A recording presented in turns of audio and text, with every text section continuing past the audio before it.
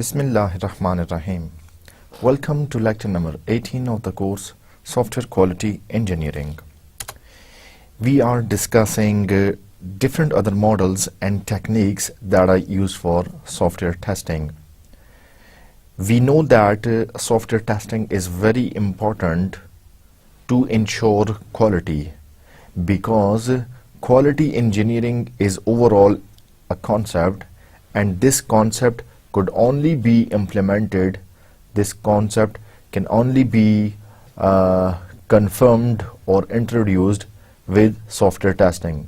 So if we want software quality engineering, we have to test the software.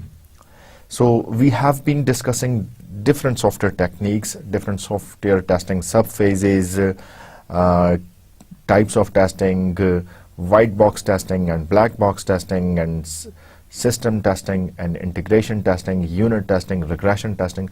So there are so many software testing techniques that we have discussed so far. Let us have a look on the summary of our previous lecture. So here is the summary. We have considered use case diagrams, which are a very important part of the design of a software. So that particular design of the software needs to be tested. So there are different types of diagrams in that particular design.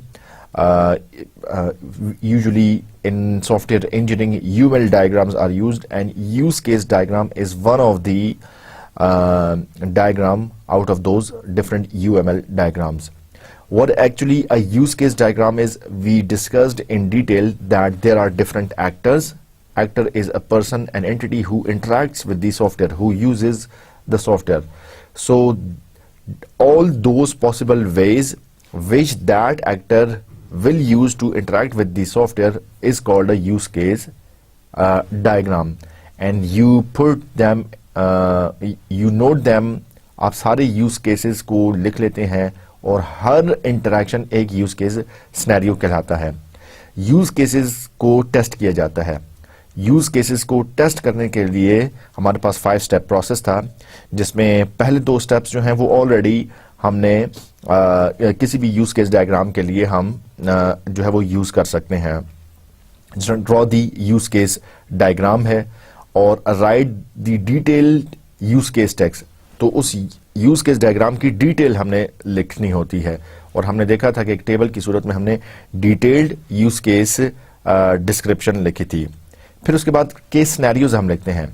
ठीक है, case scenario क्या था या use case scenario क्या था? वो पूरा path जो कि एक एक्टिविटी के लिए फॉलो होगा शुरू से लेकर आखिर तक वो एक यूज केस सिनेरियो है. जिस तरह हमने एग्जाम्पल के तौर पर स्टूडेंट का किसी कोर्स के रजिस्टर करने का प्रोसेस था, तो उसकी लॉगिन से लेकर और जब तक वो कोर्स सेलेक्ट करता है और कंफर्म का बटन दबाता है और फिर सेव करने के बाद एग्जिट करता है, तो ये पूरा पाथ था जिसको हमने डिस्कस किया था. सो ये यूज केस सिनेरियो है जिसको डिस्कस किया जाता है. उसके बाद टेस्ट केसेस जनरेट किए जाते हैं. टेस्ट केसेस में हमने बात की थी कि क्या वैलिड इनपुट होगी और क्या इनवैलिड इनपुट होगी.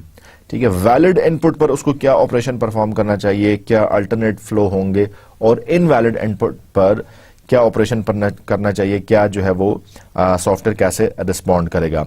और ये फिर एक्चुअली ये टेस्ट केस 4 स्टेप में बनाने के बाद हम वो टेस्ट डेटा लेते हैं कि वैलिड इनपुट क्या है हमारी. लेट्स से वैलिड इनपुट हमारे कोई वैलिड नंबर्स हैं, वैलिड वैल्यूज हैं, करेक्ट इंफॉर्मेशन, और इनवैलिड इसके ऑपोजिट है. हमने ये भी देखा था कि लाइक हमारे पास डिफरेंट सॉफ्टवेयर टेस्टिंग टेक्निक हैं, और depending on type of software, depending on the nature of the software, depending on how much money, budget, resources you have got, time you are left with, हम accordingly कोई software testing technique use करते हैं. इसके बाद हमने testing के बारे में 2 और चीजें पढ़ी थी, और वो थी इक्विवेलेंस पार्टीशनिंग और boundary value analysis. Equivalence partitioning में ये था कि हमने पार्टीशन कर लेते हैं. ठीक है, हम उस सॉफ्टवेयर में हम पार्टीशन कर लेते हैं, और पार्टीशन में से हर पार्टीशन में से हम सैंपल डाटा ले लेते हैं. इंस्टेड के सारे सॉफ्टवेयर के हर एस्पेक्ट को टेस्ट करें जिसमें डुप्लीकेशन होंगी और जिसमें चांसेस हैं कि कुछ चीज़ें टेस्ट होने से रह जाएंगी, तो आप पार्टीशंस बना लेते हैं और पार्टीशन में जो रिपीटेटिव चीज़ होती है उसमें से किसी आप एक सैंपल को लेकर चेक करते हैं। और इसके अलावा हमने बाउंड्री वैल्यू एनालिसिस को भी देखा था।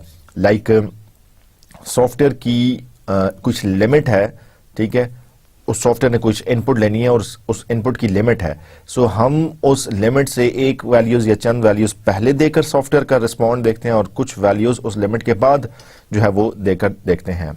जिसकी एग्जांपल्स हमने डिस्कस की थी कि एक ऐसा सॉफ्टवेयर है जो कि लेट से किसी कस्टमर की एज को एज एन इनपुट लेके और फिर लेट से उस पर कोई डिस्काउंट जो है वो कैलकुलेट करता है। सो इनपुट की क्या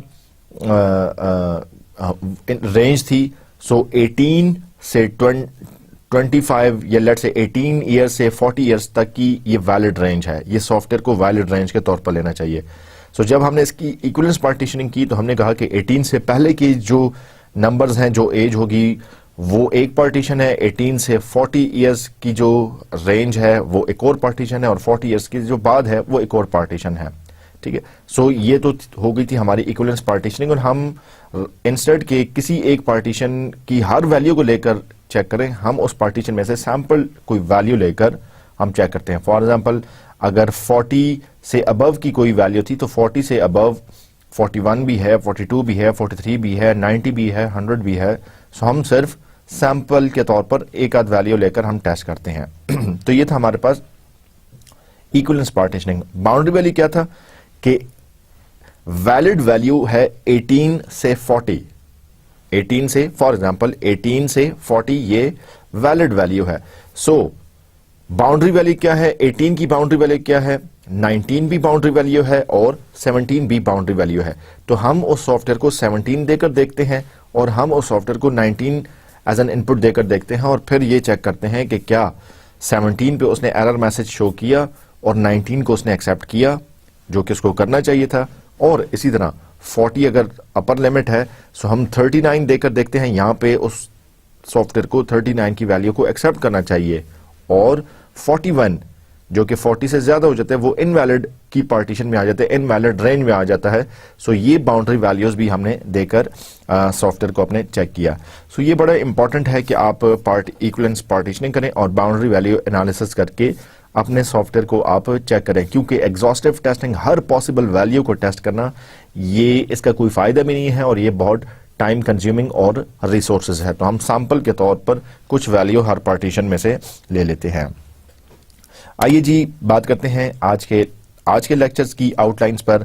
आज हम इंशाल्लाह बात करेंगे टेस्टिंग और डिबगिंग, ये क्या होती है, सिस्टम टेस्टिंग प्रोसेस क्या होता है, टेस्ट एग्जीक्यूट करने के बाद फॉल्ट कैसे रिपोर्ट की जाती है और एक बग की क्या लाइफ साइकिल है। आज के लेक्चर के ऑब्जेक्टिव्स में से शामिल है कि आप इस चीज का डिफरेंस अंडरस्टैंड करें कि टेस्ट क्या चीज है और टेस्टिंग का फिनोमेना क्या है और डीबगिंग का फिनोमेना क्या है, इनमें क्या कोई सिमिलैरिटीज हैं, क्या कोई डिफरेंसेस हैं, तो इनको समझना और डिस्टिंग्विश करना ये आज के लेक्चर के ऑब्जेक्टिव्स में से शामिल है।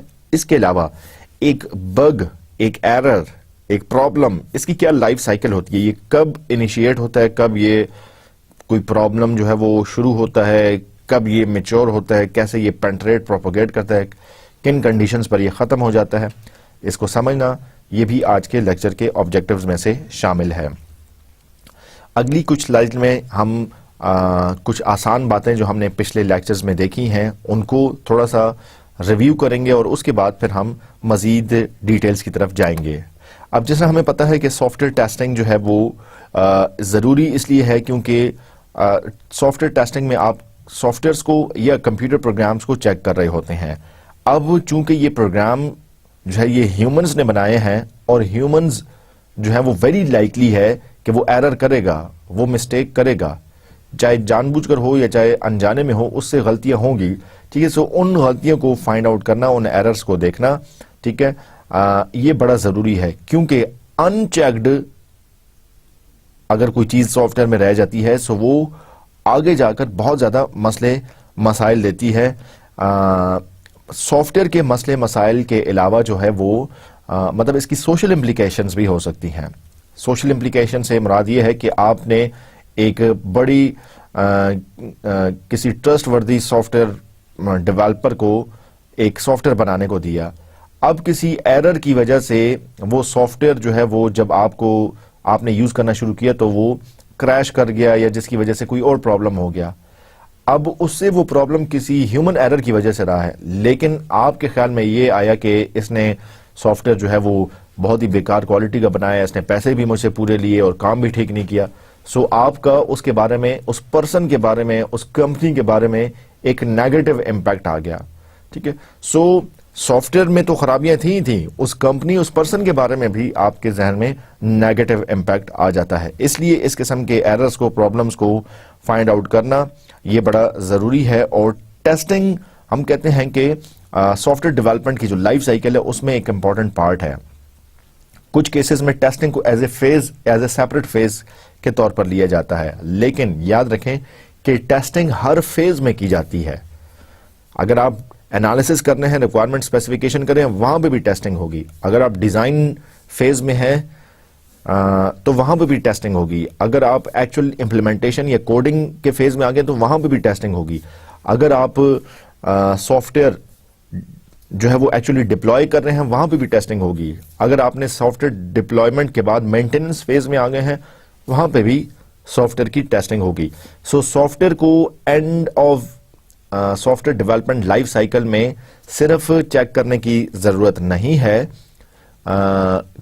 बल्कि आप हर फेज में, हर सॉफ्टवेयर के एस्पेक्ट में, हर सॉफ्टवेयर के फेज में, स्टेज में टेस्टिंग को जरूर परफॉर्म करेंगे। टेस्टिंग एक्टिविटीज जो है वो आप जरूर करेंगे। और याद रखें, टेस्टिंग जो है ये प्रॉपरली प्लान होगी, टेस्टिंग जो है ये प्रॉपरली इंप्लीमेंट होगी। ऐसा नहीं है कि आपको एक बहुत बड़ा प्रोजेक्ट है सॉफ्टवेयर डेवलपमेंट का जिसमें कई टीम्स शामिल हैं और आप एज अ प्रोजेक्ट मैनेजर आपको एक दिन अचानक ख्याल आ जाए कि हाँ जी थोड़ी सी सॉफ्टवेयर टेस्टिंग भी करनी चाहिए और आपने किसी एक पार्ट की टेस्टिंग कर ली। ऐसे नहीं होगा, बल्कि you have to plan this software testing, you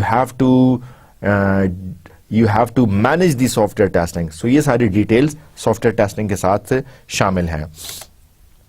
इसके अलावा हम इन बेसिक क्वेश्चंस को भी डिटेल में देखते आए हैं कि हम टेस्ट इसलिए करना चाह रहे हैं क्योंकि we want to make sure कि ये सॉफ्टवेयर वो फंक्शनैलिटी परफॉर्म कर रहा है जिसके लिए ये सॉफ्टवेयर बना गया है। ये सॉफ्टवेयर वो फंक्शनैलिटी परफॉर्म कर रहा है जिसके लिए ये बनाया गया है। अगर एक डेटाबेस सॉफ्टवेयर है, ठीक है, उसने कुछ फाइल्स जो है वो यूजर से इनपुट के तौर पर लेनी है और उनको सेव करना है, ठीक है। अब ये सॉफ्टवेयर की फंक्शनैलिटी है, this is what the software is meant to perform. अगर वो ये काम नहीं कर रहा, ठीक है, अगर वो ये सॉफ्टवेयर परफॉर्म नहीं कर रहा, ये काम सॉफ्टवेयर परफॉर्म नहीं कर रहा, इसका मतलब है इसमें कोई मसला है और हम इसी चीज को टेस्ट करना चाह रहे हैं। फॉर एग्जाम्पल, अगर मेरी ऑनलाइन बैंकिंग के लिए कोई सॉफ्टवेयर है और ऑनलाइन बैंकिंग की सॉफ्टवेयर से ये डिजायर्ड है, वो ये फंक्शन देगा कि मेरा अकाउंट बैलेंस भी शो करेगा और प्लस अगर मैं अपने कोई बिल पे करना चाहूँ वो बिल भी पे होगा, और इसके अलावा अगर मैं किसी और अकाउंट में मनी ट्रांसफर करना चाहूँ वो भी होगा, मुझे सारी पिछली ट्रांजैक्शंस का लॉग भी मिलेगा, हिस्ट्री भी मिलेगी। सो ये सारे काम हैं जो कि मैं उस बैंकिंग के सॉफ्टवेयर से करना चाहता हूं। अब अगर इनमें से कोई काम परफॉर्म नहीं होता या ठीक परफॉर्म नहीं होता, मेरी प्रीवियस ट्रांजैक्शंस में से कुछ ट्रांजैक्शंस मुझे नजर आती हैं, कुछ मिस हो जाती हैं, तो ये बैंकिंग सॉफ्टवेयर अपना पर्पस कंप्लीट नहीं कर रहा, ठीक है, ये वो काम नहीं कर रहा जिसके लिए ये बना गया है। इसी चीज को टेस्ट किया जाता है। इसके बाद वर्ड टू टेस्ट में हमने देखा था कि मतलब any working product which forms part of the software application has to be tested. Both data and programs must be tested. जिसमें हम पहले भी बात की, चाहे वो एनालिसिस का फेज है, चाहे वो डिजाइन का फेज है, चाहे वो कोडिंग की आप बात करें, कोडिंग में लेट से कोई फंक्शन है, कोई वेरिएबल है, कोई इंटीजर है, कोई क्लास है, ठीक है, कोई मेथड है, ठीक है, कोई डायग्राम है, कोई डॉक्यूमेंट है। सो हर चीज टेस्ट की जाती है, ठीक है, हर चीज टेस्ट की जाती है। इवन जो आप यूजर मैनुअल लिखते हैं किसी सॉफ्टवेयर के लिए वो भी टेस्ट किया जाता है, और जाहिर है उसमें आप देखेंगे कि लेट्स से यूजर मैनुअल में लिखा हुआ है कि ये बटन प्रेस करने से या ये क्लिक करने से आपको ये इंफॉर्मेशन डिस्प्ले होगी। सो क्या वाकई ये इंफॉर्मेशन डिस्प्ले हो रही है या नहीं हो रही? सो मतलब आप सॉफ्टवेयर की कोई ऐसी चीज नहीं है जो कि टेस्ट आप ना करें, ठीक है। तो हर चीज सॉफ्टवेयर से रिलेटेड टेस्ट की जाती है। सॉफ्टवेयर को कब टेस्ट किया जाए? अगेन जैसे हमने बात की कि अगर कोई नया सॉफ्टवेयर है, पहली दफा बन रहा है, ठीक है, तो उसको तो फिर आप असर नो हर फेज में उसको टेस्ट करेंगे। लेकिन अगर किसी एग्जिस्टिंग सॉफ्टवेयर को आप मॉडिफाई कर रहे हैं, कोई नई फंक्शनलिटी उसमें ऐड करें, सो सिर्फ उस एडिशनल पार्ट को टेस्ट किया जाता है और उस एडिशनल पार्ट से सॉफ्टवेयर में कहाँ कहाँ चेंज आई है, उन चेंजेस जिन पार्ट्स में गई है वहां पे भी सॉफ्टवेयर टेस्टिंग की जाती है।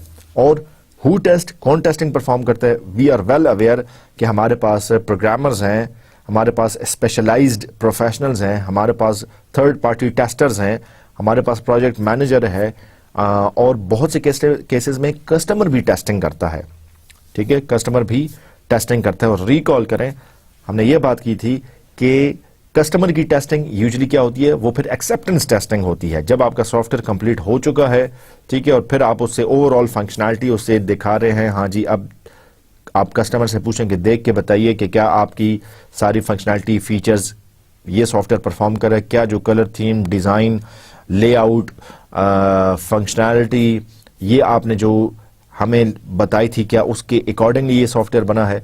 अगर तो कस्टमर उसको एक्सेप्ट कर देता है, उसको ओके कर देता है, तो हम इसको कहते हैं एक्सेप्टेंस टेस्टिंग, ठीक है। अगेन हर पर्सन, हर रोल, हर चीज की टेस्टिंग नहीं कर सकता, ठीक है। अब कस्टमर जो है वो कोड की टेस्टिंग कभी भी नहीं कर सकता, ठीक है।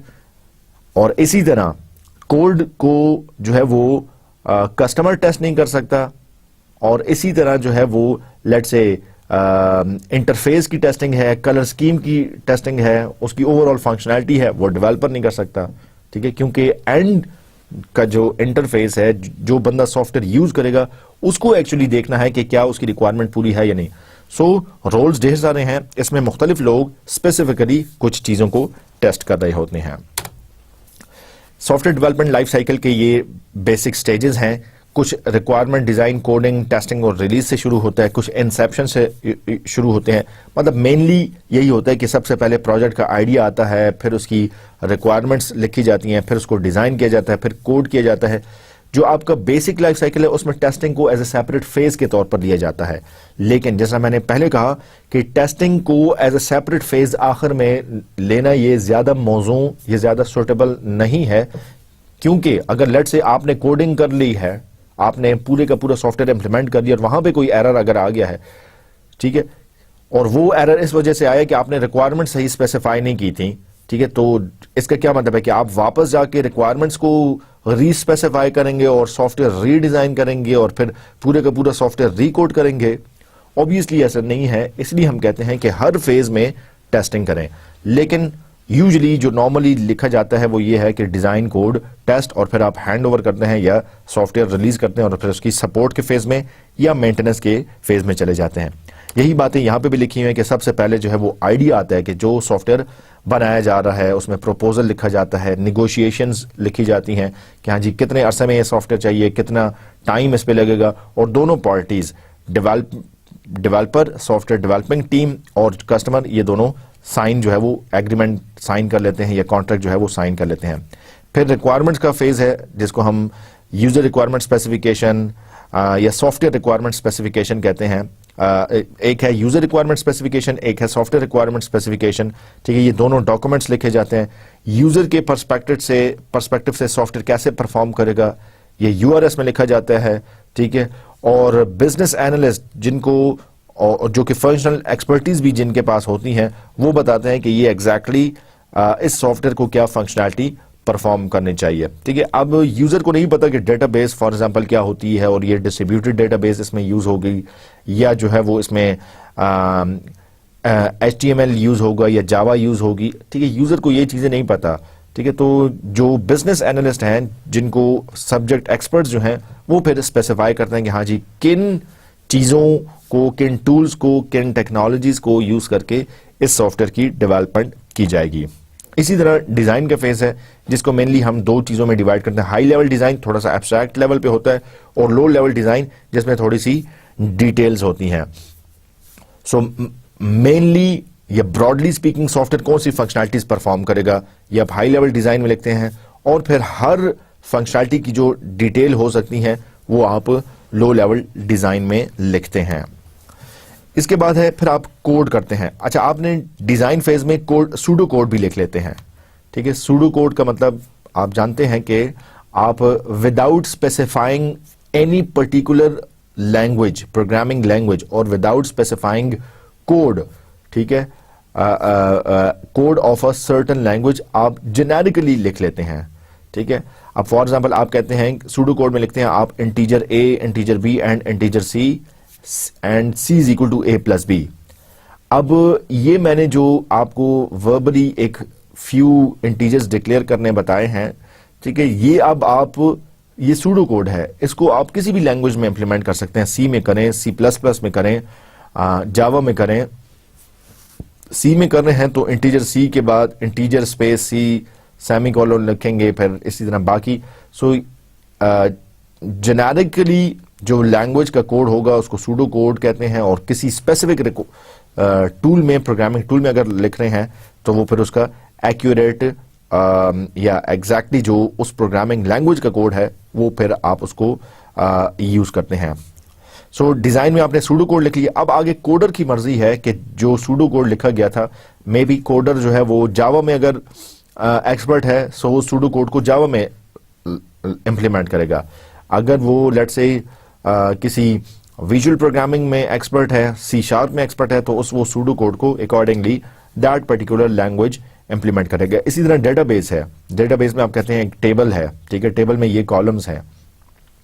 आप चाहे ये टेबल आप ऑरेकल के डीबीएमएस में यूज करें, या जो है वो माइक्रोसॉफ्ट एक्सेस में करें, या माई सीक्वल में करें, ठीक है। तो सूडो कोड में आप जो है वो ये लिखते हैं, बाकी एग्जैक्टली जो कोडिंग है वो उस प्रोग्रामिंग लैंग्वेज या उस टूल में की जाती है। So converting the pseudo code into a programming language in the specified platform, coding में एक्चुअल इंप्लीमेंटेशन शुरू होती है, ठीक है। जिस तरह डिजाइन और कोडिंग की एग्जांपल आप ये भी लें कि जब एक घर या बिल्डिंग बन रही है तो उसके डिजाइन में होता है कि हाँ जी, यहाँ इस रूम और इस रूम के दरमियान एक दीवार होगी, ठीक है, इस रूम और इस रूम के दरमियान एक दीवार होगी।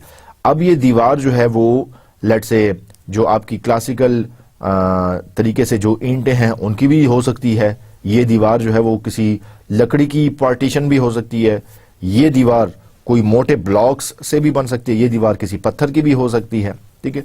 सो डिजाइन में मैप में सिर्फ ये लिखा होता है कि यहाँ पे दीवार होगी, ठीक है, या मैप में ये लिखा होता है कि सीवरेज जो है वो पाइप के थ्रू यहां से लेकर यहां तक आएगी, ठीक है। अब उस पाइप किस कंपनी का लिया है, उस पाइप की क्या स्पेसिफिकेशन है, वो फिर आगे जब आप एक्चुअल घर की कंस्ट्रक्शन शुरू करते हैं तो वहां पे आप उसको यूज करते हैं। तो बिल्कुल इसी तरह सॉफ्टवेयर में भी है, डिजाइन में सिर्फ ये लिखा जाता है कि हाँ जी एग्जैक्टली जो है वो इंटीजर्स या ये प्रोग्राम जो है वो कैसे इंप्लीमेंट होगा। फिर आगे कोडर जो है वो स्पेसिफिक प्लेटफॉर्म या स्पेसिफिक टूल को यूज करते हुए उसको इंप्लीमेंट करता है।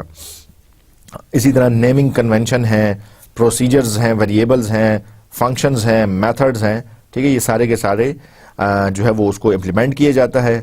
और जाहिर है जब आप सूडो कोड से उस एक्चुअल लैंग्वेज में ट्रांसलेट कर रहे हैं, ठीक है, तो यहाँ पे में भी साइंटेक्स एरर आ सकते हैं, जो है वो कुछ और एरर्स आ सकते हैं, ठीक है। तो इस किस्म के एरर्स को जो कि सूडो कोड की ट्रांसलेशन से एक्चुअली उस कोड की ट्रांसलेशन में आ सकते हैं, उन एरर्स को आप रेक्टिफाई करते हैं, उन एरर्स को आप ठीक करते हैं।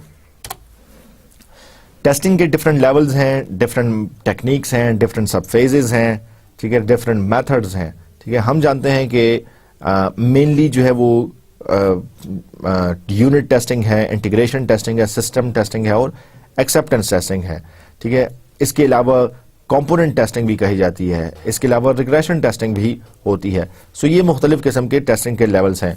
हमने डिटेल में देखा है कि यूनिट टेस्टिंग में आप सॉफ्टवेयर के डिफरेंट यूनिट पे जाकर, लो लेवल पे जाकर आप अपनी टेस्टिंग परफॉर्म करते हैं, ठीक है, और आप वाइट बॉक्स टेस्टिंग यूज करते हैं। फॉर एग्जांपल यूनिट आपका कोई फंक्शन है, कोई मेथड है, ठीक है, वहां पे जाके उस फंक्शन में एग्जैक्टली वेरिएबल्स कैसे डिक्लेयर हैं, वेरिएबल्स की लिमिट क्या है, वेरिएबल कैसे कॉल हो रहा है, ये सारी चीजें डिटेल में जाके आप यूनिट टेस्टिंग में करते हैं। इंटीग्रेशन टेस्टिंग में डिफरेंट यूनिट्स को आपस में इंटीग्रेट करके आप टेस्ट करते हैं। सिस्टम टेस्टिंग में आप ओवरऑल सिस्टम को टेस्ट कर रहे हैं, और जैसा मैंने बात की कि एक्सेप्टेंस टेस्टिंग जो कि आपकी क्लाइंट या कस्टमर करता है, ठीक है, और जो कि सॉफ्टवेयर की कंप्लीशन के तकरीबन करीब होती है, वहां पे वो टेस्टिंग क्लाइंट परफॉर्म करके या कस्टमर परफॉर्म करके बताता है कि yes this software is going to be और is according to my requirements and I accept it and it is मतलब ये मेरी रिक्वायरमेंट्स के मुताबिक और मैं इसको एक्सेप्ट करता हूं। इसको हम कहते हैं और इसके अलावा टेस्टिंग की और भी लेवल्स हो सकते हैं, और भी टाइप्स हो सकती हैं, ठीक है, जिनको हमने अपने अर्लियर लेक्चर्स में भी देखा था। अच्छा, एक और चीज जो देखने वाली है वो है release to production and warranty period. आपने कोई सॉफ्टवेयर जो है वो डेवलप करवाया, ठीक है, वो सॉफ्टवेयर फॉर्मली रिलीज होता है, ठीक है, और उसके बाद उसका कोई वारंटी पीरियड होता है या सपोर्ट पीरियड होता है या मेंटेनेंस पीरियड होता है। इस केस में क्या होता है कि let's say during the warranty period, during the support period, अगर सॉफ्टवेयर में कोई एरर्स हैं, कोई बग्स हैं, कोई और मसले मसाइल हैं, so that software team has to fix those bugs, ठीक है। फॉर एग्जांपल अगर आप नादरा के हम सॉफ्टवेयर की अगर बात करें, या आपके हम किसी इंटरमीडिएट बोर्ड की बात करें, उनके डेटाबेस सॉफ्टवेयर जब बने थे या जब बनते हैं तो उसके बाद थोड़ा सा मेंटेनेंस पीरियड भी स्पेसिफाई किया जाता है कि लेट्स से ठीक है इस एनवायरनमेंट में तो डिप्लॉय हो गया है, लेकिन अगर एक्चुअल डिप्लॉयमेंट के बाद और जब क्लाइंट एक्चुअली सॉफ्टवेयर को यूज करना शुरू कर दे, अगर उसके महीने बाद या 2 महीने बाद या कुछ अरसे बाद अगर सॉफ्टवेयर में कुछ एरर्स आते हैं तो वो कैसे ठीक किए जाएंगे, कौन ठीक करेगा? अगर तो सॉफ्टवेयर वारंटी पीरियड में है, इसका मतलब यह है कि development team is responsible to fix all those errors. So when the clients to the acceptance testing and finds no problems, then they will accept the software and now they have to start using the software in real office. ठीक है, real environment में जब acceptance testing हो गई तो फिर real environment में, real office में वो सॉफ्टवेयर इस्तेमाल होना शुरू हो जाता है, ठीक है। Bug fixes during the warranty period, we can not charge the customer for this.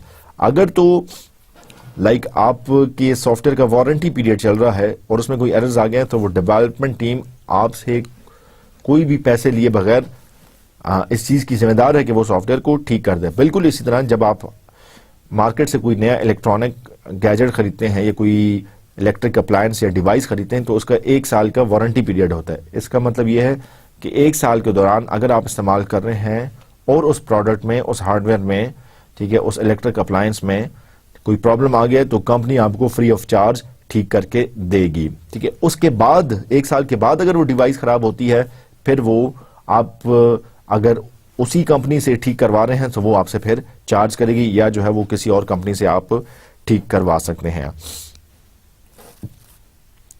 और हम जब प्रोडक्शन या रिलीज की बात करते हैं, इसका मतलब यह है कि वो सॉफ्टवेयर एक्चुअली लाइव हो गया है, वो सर्वर्स पर डिप्लॉय हो गया है, ठीक है, और रिमोट साइट पे बैठे यूजर्स ने उस सॉफ्टवेयर को यूज करना शुरू कर दिया है।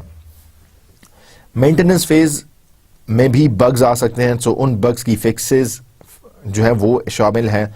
अगर उन बग्स को फिक्स करने के लिए कोई अपग्रेड्स आते हैं, कोई एनहांसमेंट करनी पड़ती हैं, सो ये सारी मेंटेनेंस फेज में होती हैं।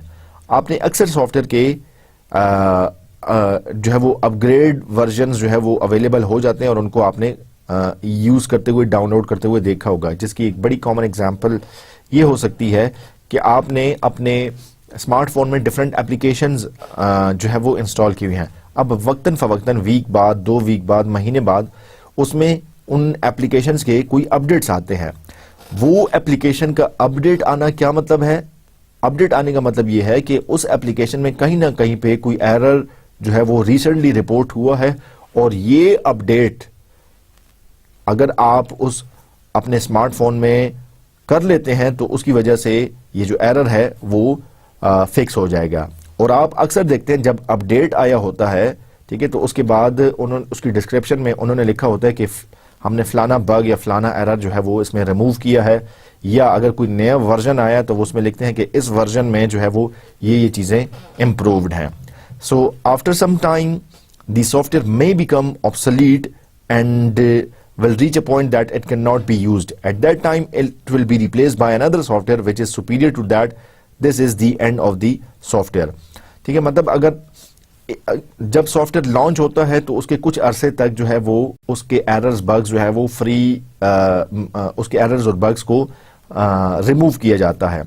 ठीक है, एक सर्टेन टाइम आता है कि उसके सारे बग्स और एरर्स जो हैं वो रिमूव हो जाते हैं. ठीक है, लेकिन वक्त के साथ साथ चूंकि टेक्नोलॉजी एडवांसमेंट्स आ रही हैं, ढेर सारी और चीज़ें आ रही हैं, ठीक है, तो फिर क्या होता है कि आप मजीद इस सॉफ्टवेयर को ना अपग्रेड कर सकते हैं ना इन्हांस कर सकते हैं, क्योंकि इस सॉफ्टवेयर का ओवरऑल आर्किटेक्चर ऐसा है कि इसमें मजीद इन्हांसमेंट्स एकोमोडेट नहीं हो सकती. फिर क्या होता है कि इस सॉफ्टवेयर को छोड़ के एक पूरा इसका नया वर्जन जो है वो आ जाता है. ठीक है, इसकी बिल्कुल एग्जाम्पल ये है जैसे कि सबसे पहले विंडोज़ 3.1 आई.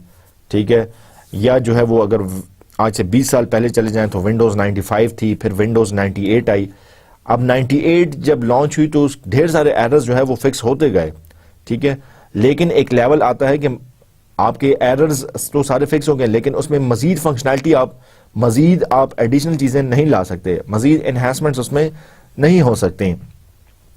तो इस केस में आप क्या करते हैं कि फिर उस सॉफ्टवेयर के वर्जन को छोड़ के एक नया वर्जन लॉन्च करते हैं. जिस तरह फिर विंडोज़ 98 के बाद विंडोज़ XP आई, या विंडोज़ 2000 आई, या विंडोज़ 2007 आई, फिर और आज लेटेस्ट अगर हम विंडोज़ के वर्जन की बात करें तो विंडोज़ का 2010 वर्जन जो है वो आ चुका है. ठीक है, सो इस तरह ढेर सारे अदर सॉफ्टवेयर के साथ भी ऐसी चीज़ें अवेलेबल हैं.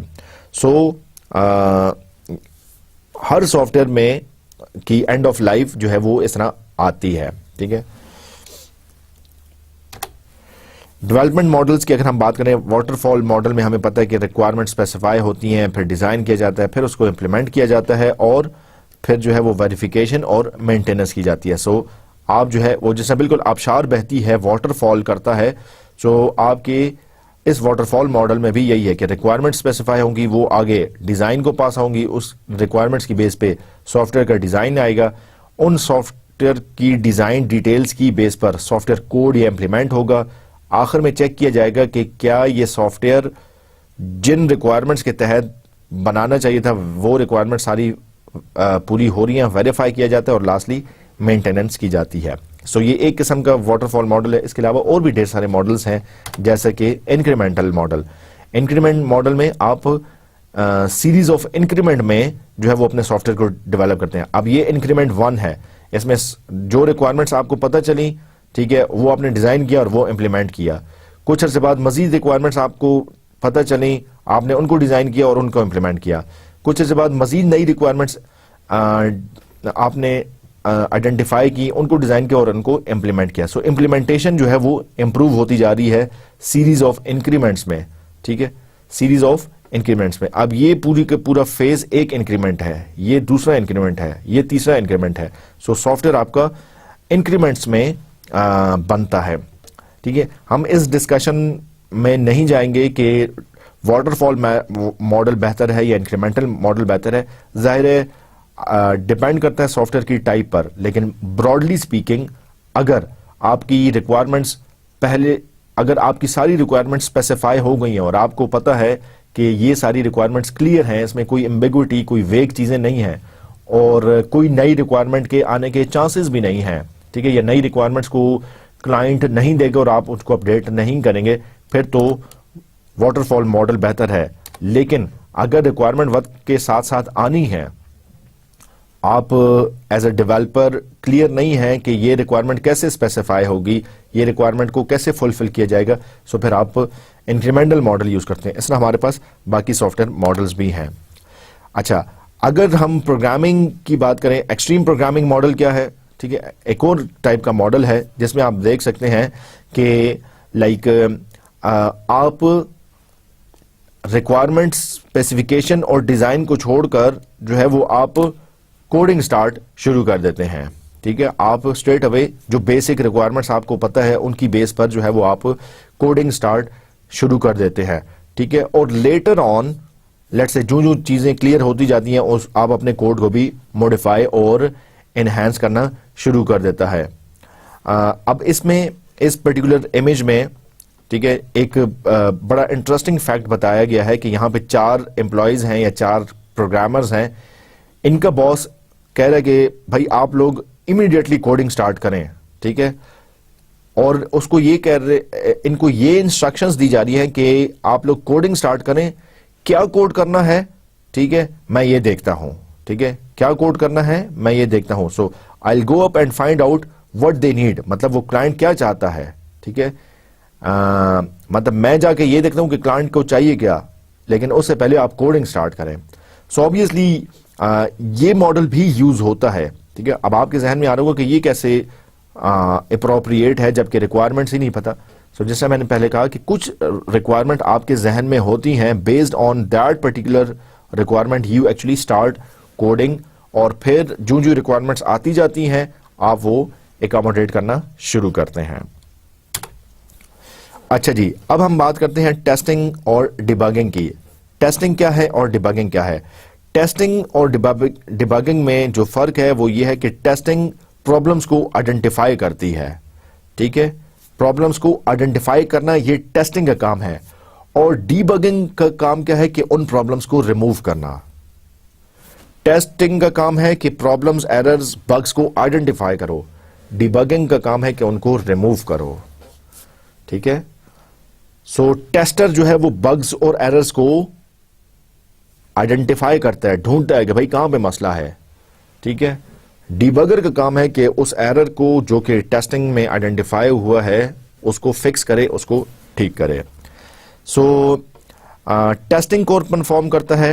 टेस्टर परफॉर्म करता है। उसका काम जो है वो सिर्फ आइडेंटिफाई करना है। आइडेंटिफाई करना टेस्टर का काम है, फिक्स करना टेस्टर का काम नहीं है। मे बी आपने थर्ड पार्टी प्रोफेशनल कोई हायर किए हुए हैं जो कि आपके सॉफ्टवेयर की टेस्टिंग कर रहे हैं। ठीक है, उन्होंने ढेर सारे एरर्स, बग्स जो हैं वो आपके सॉफ्टवेयर में आइडेंटिफाई कर ली हैं। ठीक है, अब उन सॉफ्टवेयर के एरर्स को ठीक करना वो टेस्टर का काम नहीं है, ठीक करना वो डेवलपर का काम है। ठीक है, बिल्कुल इसी तरह जैसा मैं कुछ फाइनल ईयर प्रोजेक्ट सुपरवाइज कर रहा हूं।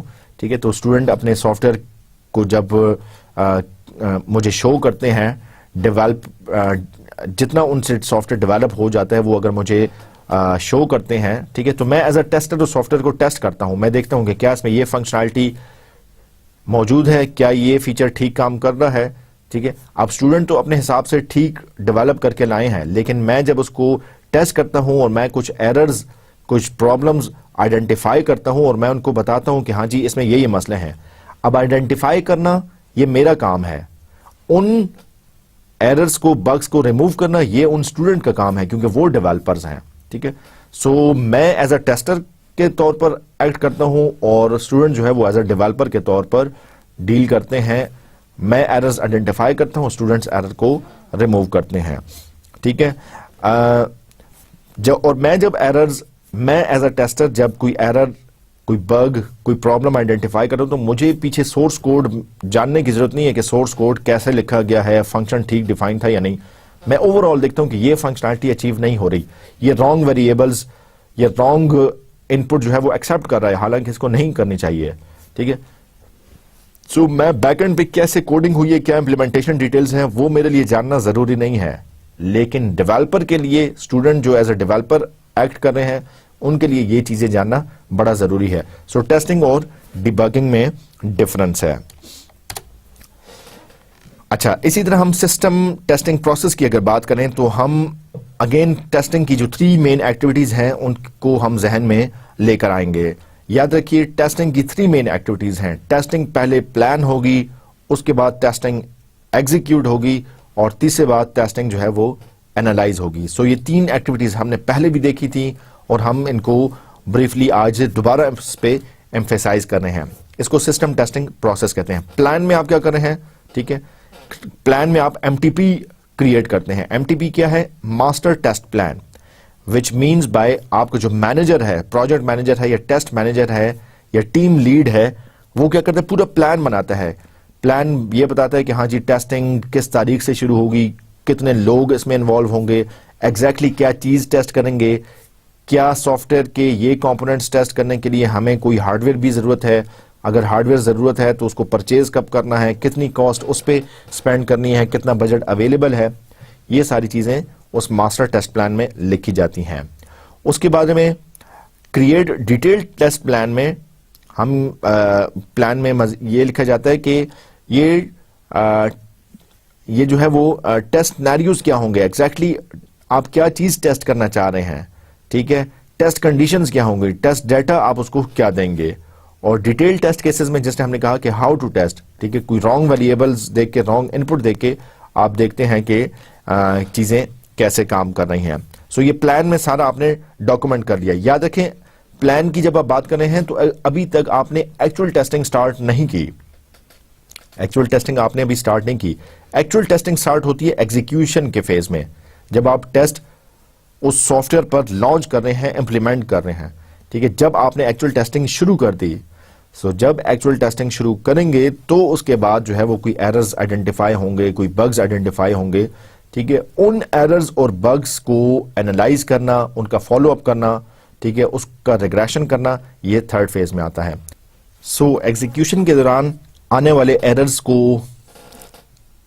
आइडेंटिफाई तो कर लिया गया, अब उनको फॉलो अप करना, उनको एनालाइज करना कि ये बग, ये एरर फिक्स कैसे होगा, ये एनालाइज और रिग्रेशन के फेज थर्ड एक्टिविटी में या थर्ड फेज में किया जाता है। रिग्रेशन टेस्टिंग भी हम कहते हैं। रिग्रेशन टेस्टिंग का मतलब ये होता है कि एक एरर आइडेंटिफाई हुआ, उस एरर को सॉल्व करने के लिए आपने कोई सोल्यूशन जो है वो इंप्लीमेंट किया। इस सोल्यूशन को इंप्लीमेंट करने से क्या कोई नए एरर्स तो नहीं आ गए, ठीक है, इस सोल्यूशन को इंप्लीमेंट करने से क्या कोई नए एरर्स तो नहीं आ गए, ठीक है। हो सकता है कि आपने एक प्रॉब्लम को फिक्स करने के लिए कोई सोल्यूशन इंप्लीमेंट किया और उस नए सोल्यूशन की वजह से 4 और प्रॉब्लम्स आ गए हों। सो ये आप रिग्रेशन टेस्टिंग में करते हैं। फॉलो अप में भी यही किया जाता है, देखा जाता है कि जो बग, जो एरर आइडेंटिफाई हुए थे वो कितने हद तक फिक्स हो गए हैं, कैसे फिक्स किए गए हैं, क्या उन फिक्सेशंस की वजह से मजीद कोई नए एरर्स तो नहीं आए। डिटेल टेस्ट प्लान भी हम कहते हैं, जिसने हमने पीछे बात की कि हमारे पास डिटेल टेस्ट प्लान हम क्रिएट करते हैं।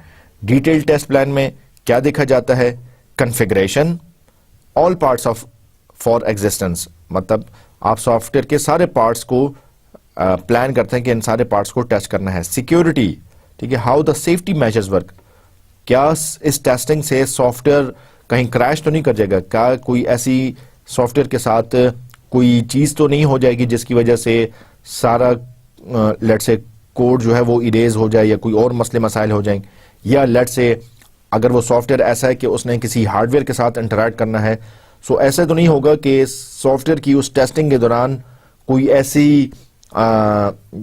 ऐसा इंसिडेंट हो जाए जिसकी वजह से वो हार्डवेयर करप्ट हो जाए या जो है वो कोई प्रॉब्लम उसमें आ जाए। सो ये आप सिक्योरिटी देखते हैं, ठीक है। मतलब अगर आप लेट से एक सॉफ्टवेयर टेस्ट कर रहे हैं जिसने जो है वो सीसीटीवी कैमरा से कोई इमेजेस कैप्चर करके उस पर कोई प्रोसेसिंग करनी है। अब सीसीटीवी कैमरा एक हार्डवेयर है जो कि इस सॉफ्टवेयर के थ्रू इंटरेक्ट होगा, ठीक है। अब टेस्टिंग के दौरान आप कोई ऐसा सिग्नल पास करें या ऐसा कोई आपको उसको सिनेरियो दें कि उस सॉफ्टवेयर उस कैमरा की सर्किटरी में कोई प्रॉब्लम आ जाए, सो इस किस्म की चीज़ों को आप अवॉइड करते हैं और देखते हैं कि सिक्योरिटी कैसे इंश्योर की जाएगी उस सॉफ्टवेयर में भी, या अगर उसके साथ कोई हार्डवेयर है तो उस केस में भी।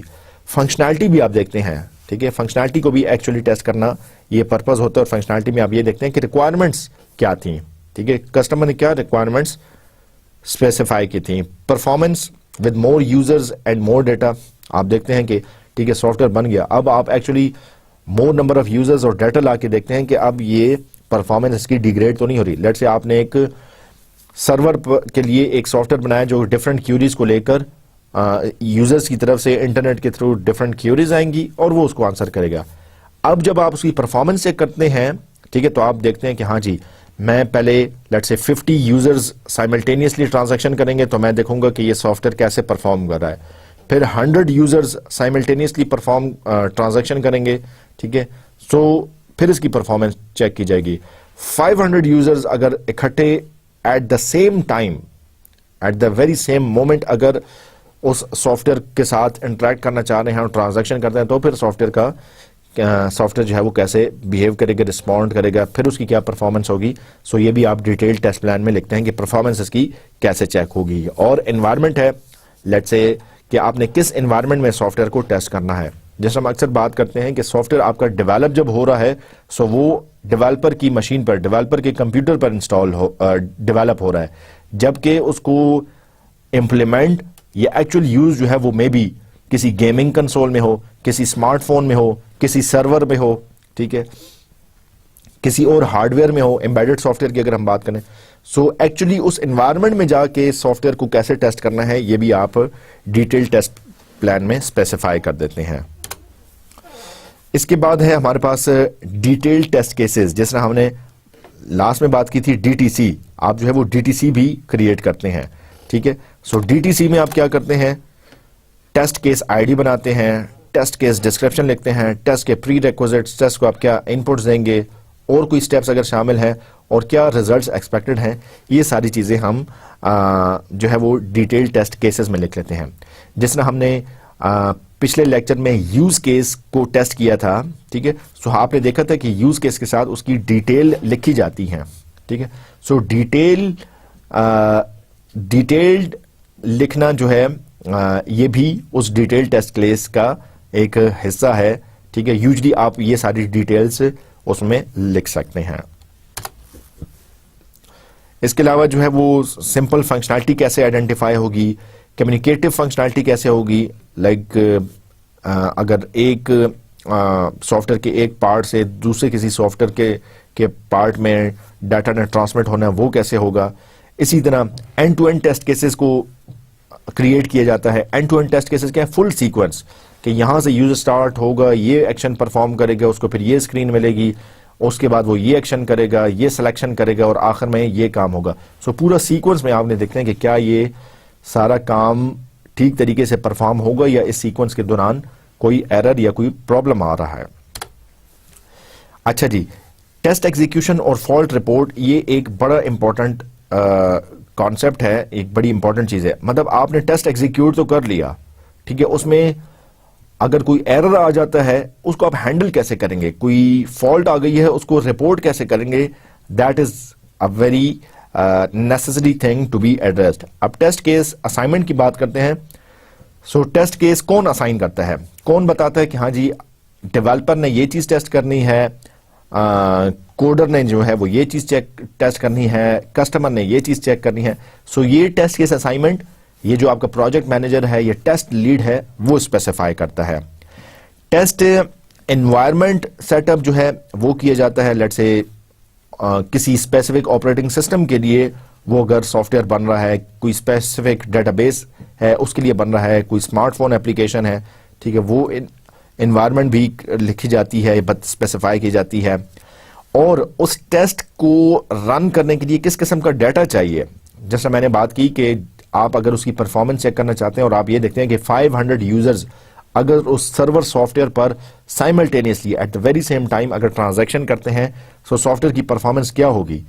अब ये 500 ट्रांजैक्शंस, ठीक है, टेस्ट कर रहे हैं, सो आप एक्चुअल 500 क्लाइंट्स तो नहीं लाएंगे और उसको टेस्ट करने के लिए। सो ये 500 ट्रांजैक्शन टेस्ट पर्पस के लिए आप कहां से जनरेट करेंगे, क्रिएट करेंगे। सो ये टेस्ट डाटा प्रिपरेशन में है, ठीक है। So what kind of data to be used, बाज़ वक़्त आपके पास सैंपल डाटा सेट्स होते हैं, ठीक है, उनको यूज करते हुए आप इस किस्म की चीजें करते हैं। और एग्जीक्यूशन में क्या बात की जाती है, हम एक्चुअली वो टेस्ट लॉन्च कर रहे हैं, इंप्लीमेंट कर रहे हैं, रन कर रहे हैं, एग्जीक्यूट कर रहे हैं। टेस्ट एनवायरनमेंट सेटअप, ठीक है, इसमें there must be no development tools installed in a test bed. Test bed कैसे किसे कहते हैं, वो एक्चुअल एनवायरनमेंट जहां पे एक सॉफ्टवेयर, जहां पे एक हार्डवेयर कोई चीज टेस्ट हो रही है, ठीक है, उसको हम टेस्ट बेड कहते हैं, ठीक है। फॉर एग्जांपल टेस्ट बेड की एग्जांपल आप ये भी ले सकते हैं कि एक कंपनी है, वो स्पोर्ट्स कार बनाती है, और वो स्पोर्ट्स कार जो है वो लेट्स से किसी फार्मूला 1 की रेस में उसने जो है वो कंपटीशन करना है।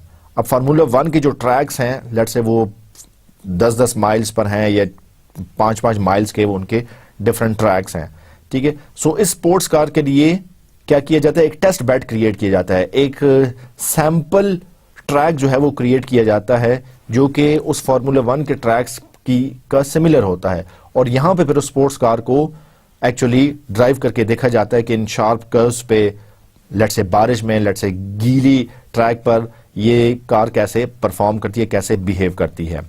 इसी तरह सॉफ्टवेयर ने, जैसा मैंने पहले भी कहा कि किसी लेट्स से हार्डवेयर में एम्बेड होना है, या उस सॉफ्टवेयर ने किसी हार्डवेयर के साथ इंटरैक्ट करना है, या उस सॉफ्टवेयर ने किसी सर्वर पर इंस्टॉल होना है, या उस सॉफ्टवेयर ने किसी मैक बेस्ड या सोलारिस बेस्ड या विंडोज बेस्ड किसी मशीन पर इंस्टॉल होना है। अब इस किस्म की एनवायरनमेंट जो है वो क्रिएट की जाती है और इसको हम टेस्ट बेड कहते हैं। लेकिन इस चीज़ का ख्याल रखा जाता है कि जो डेवलपमेंट टूल्स हैं वो इसमें शामिल उस मशीन में या उस एनवायरनमेंट में कंसिडर नहीं किए जाते। तो जिस टेस्ट बेड में आप अपना टेस्ट परफॉर्म करने जा रहे हैं, जस्ट मेक श्योर कि वो डेवलपमेंट टूल्स, फॉर एग्जांपल आपने कोई प्रोग्रामिंग लैंग्वेज थी, कोई और डेवलपमेंट टूल था, वो उस टेस्ट बेड में जो है वो इंस्टॉल ना हो। इसके अलावा ensure the right operating system and service pack की सूरत में है इंस्टॉल। अगर आपने एक ऑपरेटिंग सिस्टम बनाया है मैक ऑपरेटिंग सिस्टम के लिए या सोलारिस ऑपरेटिंग सिस्टम के लिए, ठीक है, तो मेक श्योर कि जब आप सॉफ्टवेयर को जिस हार्डवेयर पर चेक कर रहे हैं उसमें वो मैक ऑपरेटिंग सिस्टम ही इंस्टॉल्ड है या उसमें सोलारिस ऑपरेटिंग सिस्टम ही इंस्टॉल्ड है, ठीक है। ये टेस्ट इनअप्रोप्रिएट होगा कि अगर वो सॉफ्टवेयर बना है विंडोज ऑपरेटिंग सिस्टम के लिए और आप उसको टेस्ट कर रहे हैं लेट्स से लाइनक्स मशीन पर। सो राइट ऑपरेटिंग सिस्टम और राइट सर्विस का सेलेक्ट करना, ये इसको इंश्योर करना बड़ा जरूरी है, ठीक है। इसके अलावा ensure the disk have enough space for the application. आपकी अगर स्मार्टफोन एक एप्लीकेशन आपने बनाई है और उसको आप किसी स्मार्टफोन में टेस्ट करना चाह रहे हैं और उसको जो है वो लेट्स से 30 MB या 40 MB की स्पेस चाहिए प्रॉपरली इंस्टॉल होने के लिए, तो आप देखते हैं कि क्या उस स्मार्टफोन में वाकई इतनी सफिशिएंट स्पेस है, ठीक है। इसके अलावा वायरस चेक करना, integrity of the web server, integrity of the database. So ये सारी चीजें हैं जो कि आप according to the environment test करते हैं, वेरीफाई करते हैं और इंश्योर करते हैं। फिर इसी तरह टेस्ट डेटा की प्रिपरेशन, जैसा मैंने कहा कि कुछ डेटा सेट्स लेकर आप जो है वो अपना टेस्ट एग्जीक्यूट करते हैं। So this data can be identified either at the time of writing the test case itself और just before executing the test cases, ठीक है। लेट्स से टेस्ट आपने करना है, तो आपको कुछ सैंपल डेटा चाहिए। वो सैंपल डेटा जब आप प्लान कर रहे हो उस वक्त भी स्पेसिफाई कर सकते हैं, या जब आपने एक्चुअल टेस्ट एग्जीक्यूशन शुरू की है उस वक्त भी स्पेसिफाई कर सकते हैं। Data that are very much static can be identified while writing the test case itself. अगर कुछ स्टैटिक्स इन्वॉल्व हैं, लेट्स से आपने कुछ न्यूमेरिक वैल्यूज में चीजों को एनालाइज करना है, सो बेहतर अप्रोच ये है कि जब आप टेस्ट केस लिख रहे हो, क्रिएट करने हो, सो एग्जीक्यूशन से पहले जब आप प्लानिंग फेज में हो, टेस्ट प्लान फेज में हो, तो वहां पे उसकी डिटेल्स भी स्पेसिफाई कर लें। इसी तरह डायनामिक और कन्फिगरेबल डेटा की अगर जरूरत है तो वो भी आप प्रिपरेशन फेज में ही या प्लान फेज में ही लिख लें, ठीक है। सो टेस्ट डेटा की functionality, preparation of test data depends upon the functionality that is being tested, ठीक है। टेस्ट डेटा किस किस्म का होना चाहिए, कौन सा सैंपल आप लेंगे, टेस्ट डाटा के तो ढेर सारे सैंपल्स हो सकते हैं, डिपेंड करता है कि आप किस चीज को टेस्ट करना चाह रहे हैं, ठीक है। अगर आप लेट्स से एक सॉफ्टवेयर आपने ऐसा बनाया जो कि डिफरेंट इमेजेस को आपस में कंपेयर करके जो है वो आपको कुछ चीजें स्पेसिफाई करेगा। लेट्स से आपने उसको कोई इमेज दिया, ठीक है, और वो इमेज देख के बताएगा कि ये मेल का इमेज है या फीमेल का इमेज है, ठीक है।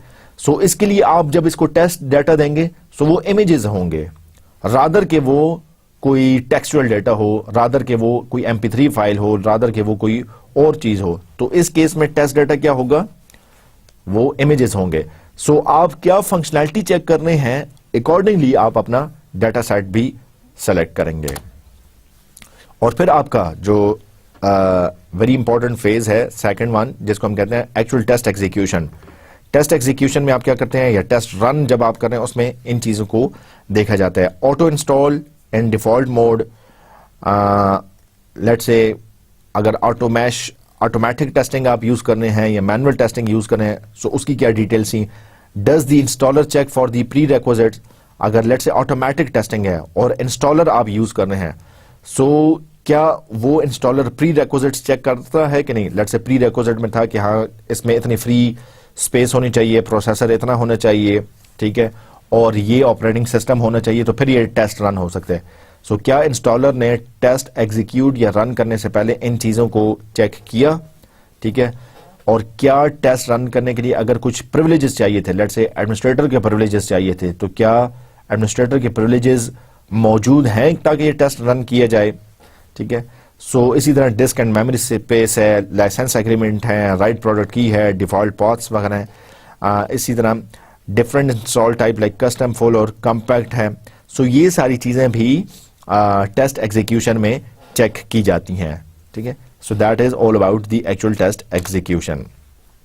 मजीद क्या है, cancel the installation half way through, ठीक है, uninstall the software, cancel half way through, uninstall, मतलब ये सारी कॉम्बिनेशन आप चेक कर सकते हैं। लेट्स से आपने एक सॉफ्टवेयर बना लिया, अब आप उसको किसी मशीन में इंस्टॉल करने के टेस्ट कर रहे हैं कि ये क्या किसी मशीन में ठीक इंस्टॉल हो रहा है या नहीं, ठीक है। सो आप क्या करते हैं कि आप जब टेस्टिंग कर रहे हैं उसकी इंस्टॉलेशन की, सो आप इंस्टॉलेशन आधी हो गई तो आप कैंसिल करते हैं, ठीक है, और देखते हैं कि जब रीस्टार्ट होगी इंस्टॉलेशन तो ये कैसे परफॉर्म करेगा, ठीक है।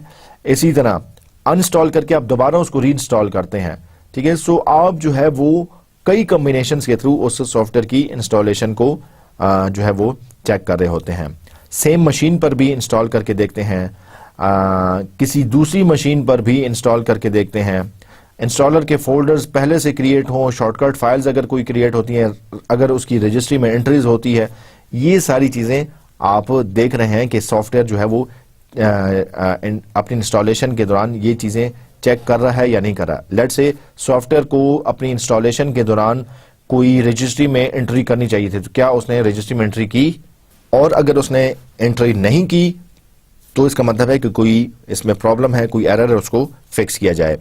Does uninstall remove any other files that do not belong to this. अब इसी तरह जब आप सॉफ्टवेयर को अनइंस्टॉल करते हैं, अगर कोई यूजर उस सॉफ्टवेयर को उस मशीन में से अनइंस्टॉल करेगा तो क्या सारी चीजों को डिलीट हो जाना चाहिए, और क्या वो वाकई डिलीट हो गई हैं या कुछ चीजें रह जाती हैं, ठीक है। सो ये सारी चीजें टेस्ट करना ये टेस्ट एग्जीक्यूशन का पार्ट है। इसी तरह नेविगेशन टेस्ट है, वंस इंस्टॉल कंप्लीट फिर स्टार्ट द एप्लीकेशन।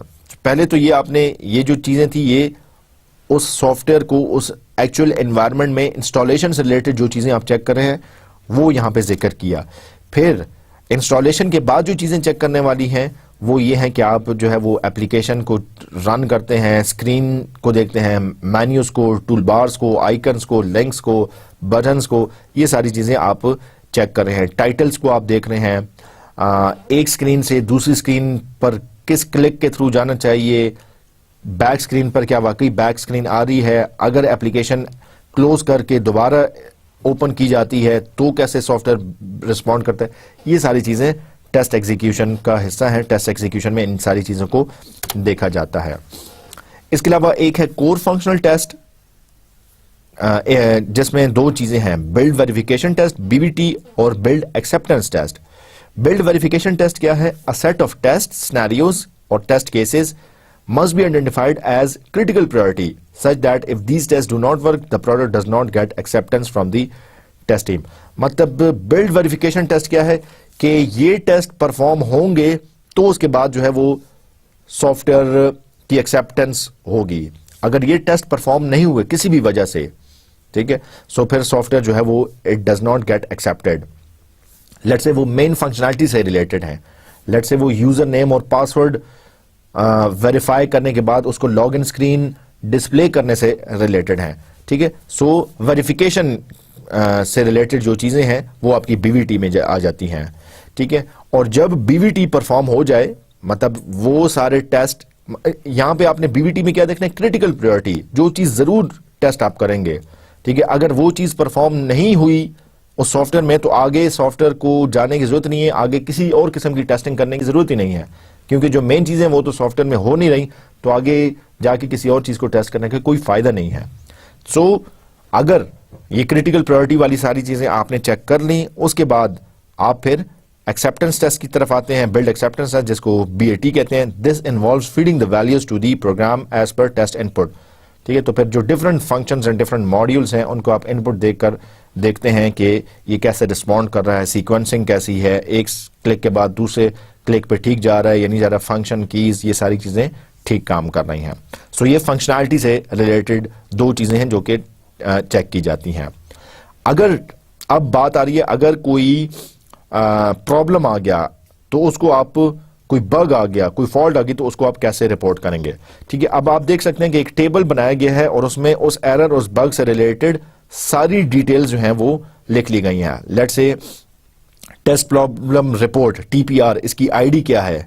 ठीक है, लेट्स से उस प्रॉब्लम की आईडी आपने कोई भी न्यूमेरिक नंबर दे दिया, उसकी टेस्ट प्रॉब्लम रिपोर्ट आईडी 1 है। ठीक है, उसकी डिस्क्रिप्शन क्या है, किस डेट को जब आप टेस्ट रन कर रहे थे वो राइज हुआ, ये टेस्ट जब ये प्रॉब्लम आइडेंटिफाई हुआ तो टेस्टर कौन था, कौन इसको एक्चुअली रेज कर रहा था, ऑथर से मुराद वो एक्चुअली टेस्टर कौन है, टेस्ट केस आईडी क्या है। लेट्स से प्रॉब्लम आईडी, किसी एक टेस्ट केस में एक से ज्यादा प्रॉब्लम भी हो सकते हैं, तो टेस्ट केस आईडी क्या है। Let's say test case ID 10 है और 10 में जो है वो प्रॉब्लम नंबर 1 भी आया, प्रॉब्लम नंबर 2 भी आया, वगैरह वगैरह, ये सारी चीजें आप लिखते हैं। इसी तरह सॉफ्टवेयर का वर्जन नंबर, प्रॉब्लम की सिवियरिटी क्या है। ठीक है, क्या बहुत सीवियर है, ठीक है, स्टॉप कर देना चाहिए, क्या मीडियम है, लो है। ठीक है, this will be agreed by the team, by the lead test and the development project manager. मतलब वो सिवियरिटी कौन डिसाइड करता है, सिवियरिटी आपका मैनेजर और लीड टेस्टर जो है वो डिसाइड करते हैं कि हाँ जी, फॉर एग्जाम्पल एक कह रहे कि नहीं ये बहुत इंपॉर्टेंट है, इसको जरूर पहले जो है वो फिक्स होना चाहिए, और दूसरा कह रहे कि नहीं मीडियम लेवल की इंपॉर्टेंस है और उसको जो है वो बाद में भी फिक्स किया जा सकता है। इसी तरह प्रायोरिटी है, प्रॉब्लम डिटेल डिस्क्रिप्शन है, रेजोल्यूशन है, ये सारी चीजें हैं जो कि आप उस रिपोर्ट टेबल में उस प्रॉब्लम से रिलेटेड ये सारी चीजें आप स्पेसिफाई कर सकते हैं। इसी तरह बग लाइफ साइकिल की अगर हम बात करें, सो टेस्ट को एग्जीक्यूट किया जाता है, इसके टेस्ट प्रॉब्लम रिपोर्ट को लिखा जाता है, इशू किया जाता है, फिर उससे रिलेटेड जो भी प्रोग्रेस है फिक्स करने से रिलेटेड उसको फॉलो किया जाता है और रीटेस्ट किया जाता है। सो अगर तो रीटेस्ट करने के बाद भी कोई प्रॉब्लम नहीं आ रहा, this means that bug has been resolved, और अगर प्रॉब्लम स्टिल है तो उस वक्त तक टेस्ट एग्जीक्यूट किया जाता है और उसको फिक्स करने की कोशिश की जाती है जब तक कि सारे मसले मसाइल हल ना हो जाए। इसी तरह मतलब बग लाइफ साइकिल की अगर बात करें तो न्यू है, उसको ओपन किया जाता है, फिक्स किया जाता है, फिक्स कंप्लीट करने के बाद उसको रीटेस्ट किया जाता है, रीटेस्ट कंप्लीट होने के बाद अगर वो दोबारा अपीयर नहीं हुआ, इसका मतलब है कि इसको क्लोज कर दो, और अगर दोबारा अपीयर हो गया है तो उसको रीटेस्ट करो।